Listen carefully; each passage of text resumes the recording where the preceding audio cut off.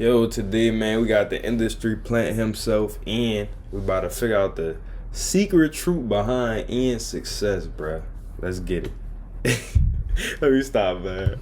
Anytime an artist pops up in the mainstream out of nowhere, people just immediately start calling them an industry plant. And yeah, maybe I was a part of this problem like 5 years ago, but shut up, we're not talking about me. Today we are talking about Ian, who is a rapper being called a plant, which is funny because one scroll on his Spotify and you can see he has been dropping music consistently for years. However, since recently he was seen in the studio with Quavo, co-signed by Lil Yachty on Kai Cenat's live stream, dropped a Lyrical Lemonade music video, and even getting followed by Drake on Instagram has people wondering why the seemingly normal white boy has the most motion out of anyone in the underground right now. Well, today I'm going to tell you why. First and foremost, the music. Yes, I know it's crazy, but believe it or not, music is typically the reason why any artist blows up, but some of you need to be reminded of that. Ian's music can be simplified to having the modern-day SoundCloud sound while sporting classic 2000s trap beats. His flow, ad-libs, and vocal mix feels right in line with his peers who represent the modern SoundCloud scene. Like, you famous, boy.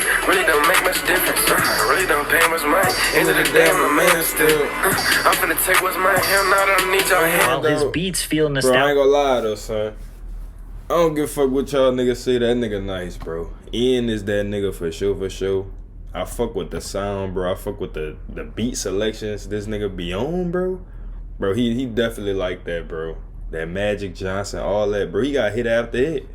And that recent Valedictorian album he just dropped, that bitch went crazy. No cap. He definitely one of them niggas for sure.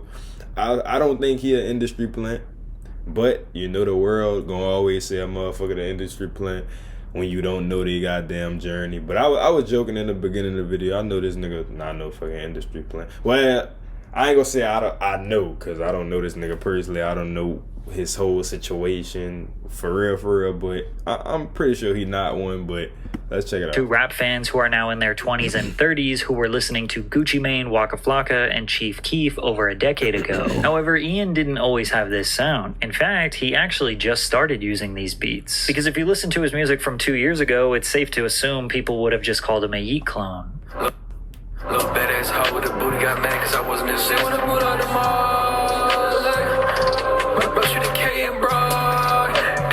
Bro, that Ian nigga started sound, off as a bro, producer. hold on, he sound too much like what the fuck? Bro, yeah, he sounded too much like badass hoe with a booty got mad cause I wasn't in shit. When I put on the yeah. And that was 2 years ago?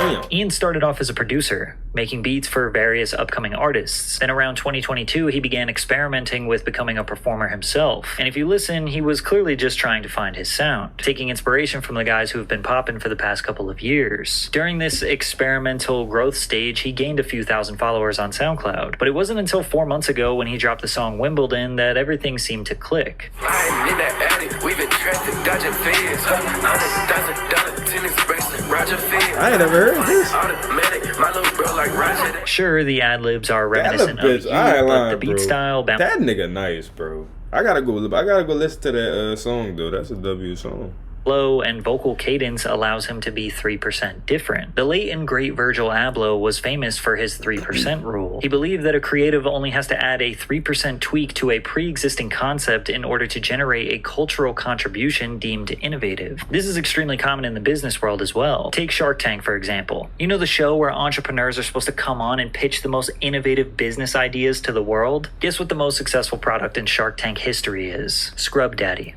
A fucking sponge shaped like a smiley face. How do you make a sponge 3% different? Turn it into a smiley face. $670 million in revenue. These days, artists are using the 3% rule to blow up their music. And I go into extreme detail about the 3% rule in my weekly music marketing newsletter. If you sign up today using the link in the description, I will teach you how to implement this strategy into your music so you can easily gain more streams and grow a strong fan base. And after you sign up, every single week, I will send you realistic music marketing strategies strategies that will make you 10 steps ahead of the millions of artists you are competing with. Just type in tunedin.marketing in your browser or just click the link in the description. And you also get a 25% discount if you sign up yearly instead of monthly. But I got some bad news. Ian is white. I'm just kidding. But it definitely is an important part of his brand. You see, the white rapper curse has existed forever. And it's basically that they're perceived as corny, lame, having no swag, or non-womanizing. You know, having all of the opposite characteristics of a traditional rapper, and people can't take them seriously because of that. Every white rapper has had to deal with this label. Literally. Eminem, Mac Miller, Post Malone, Jack Harlow, MGK, Macklemore, G-Eazy, Lil Dicky. Bro, it's so hard for white rappers to like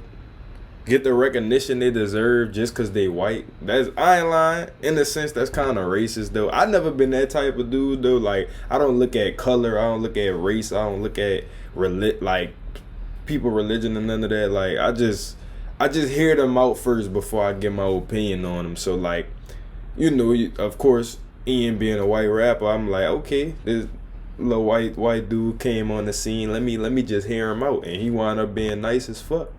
Like, same with Eminem. Like, Eminem cool as fuck, and like a lot of other white rappers who we name it. Like, I don't care about race and none of that shit, bro. If a nigga cool, he cool, bro. Like, none of that shit even matter at the end of the day. Of the biggest names. Now, for some artists like Mac Miller, it may have been a little unfair. Like, he was just a college kid making some backpack raps. Maybe some of his bars were cheesy at the time, but he was just representing the life he actually lived, and he eventually evolved into an amazing artist. G-Eazy, Jack Harlow, and MGK don't really make their whiteness a part of their brand. They just exist, and if you think that they're corny, that's fine, but they never really wanted you to think that, nor did they try to kind of lean into that. And a lot of people genuinely did not know that Yeat was white, probably because he rarely showed his face. Now, I don't know this for sure, but I kind of feel like Yeat tried to hide his face to avoid unfair judgment and be labeled a corny white rapper before he could get the chance for people to like his music. But artists like Lil Dicky and Macklemore kind of deserve the corny label that's been applied to them. They made their brand about the irony that they're a white guy in a predominantly black industry. Macklemore's "Damn, that's a cold-ass honky" line in Thrift Shop comes to mind, which kind of feeds the assumption that a white guy can't dress or have swag and is low-key desiring the approval of non-white people. Lil Dicky's whole brand was about how he was a white Jewish guy who was going to take over the rap game, but he's insecure. Lil Dicky was funny, bro. Y'all, bro, I remember the Lil Dicky era, bro. When he first came on the scene, bro. That shit was too funny, son. Shout out to Lil Dicky, though, bro. You used to have me joked out, son. No cap. Frugal, nerdy, no swag, along with tying in comedy into his raps so you can never really tell how serious he truly is. And with all that being said, Ian is low-key doing the corny white rapper trope harder than any other white rapper I've seen do in a while, but it's working for him. I mean, firstly, his name. Ian. The most vanilla and unassuming white guy name of all. Second, his social media content. All of his videos on Instagram and TikTok convey this awkward, nonchalant white dude. He's usually wearing a basic fit, like a white t-shirt and sweatpants. Bro, I ain't lying, bro. He just really been him, bro. Like, that's really all you could do, bro. Just be you. And people gonna formulate opinions on you regardless of what you're doing. So, I fuck with Ian just being him, bro. Like, just being how he is and how he actually is. Trope of a regular white guy who isn't trying or just can't dress. But then you have commenters ironically saying that he has so much aura. Like this video of him drinking espresso with his legs crossed and wearing Uggs perfectly describes his marketing strategy. He strategically conveys the life of the most regular white guy ever while dropping insanely fire trap music. His From the Block performance, which at this point is a rite of passage for any rapper coming up, did not feature him on the block, but rather at a nice family dinner where his mother, grandmother, father, and friends are sipping wine and enjoying a beautiful summer afternoon while he raps about shooting ops and rocking designer clothes. His debut album, Valedictorian, implies that he is an extremely successful high school or college graduate,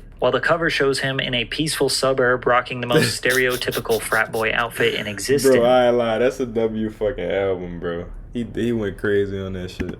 which is also referencing a popular meme, so he's kind of leaning into like, I'm a corny white guy. And I mean, if Lil Dicky did this, or Mac Miller, or Yeet, Netspin, Max the Demon, Joey, Dom Corleo, people would just call them so corny and they would be laughed off the internet. So why is it working for Ian? Well, I'm not going to shout industry plan, because that is not what's happening. However, he was signed to one of the greatest A&Rs of this generation, Boo. Akon's brother Boo has a subdivision of Columbia Records called Boo Vision. Boo is most famous for being Kanye West's manager for a number of years. Boo was also the first to discover T-Pain in 2005. Damn. He then signed Jeremiah and helped launch his biggest hit, Birthday Sex. He also had a hand in developing Lady Gaga and Rihanna. Boo has every connection in the music industry Boo. that one might need. So yeah, maybe Lyrical Lemonade genuinely wanted to work with Ian. Or maybe the label paid thousands of dollars for the video. Maybe Drake genuinely discovered Ian on social media through him going viral and then decided to follow him. Or maybe Boo texted Drake and said, hey, check this kid out I just signed. He's fire. Maybe Quavo actually wanted Shout out to Boo then. Shout out to Boo, man.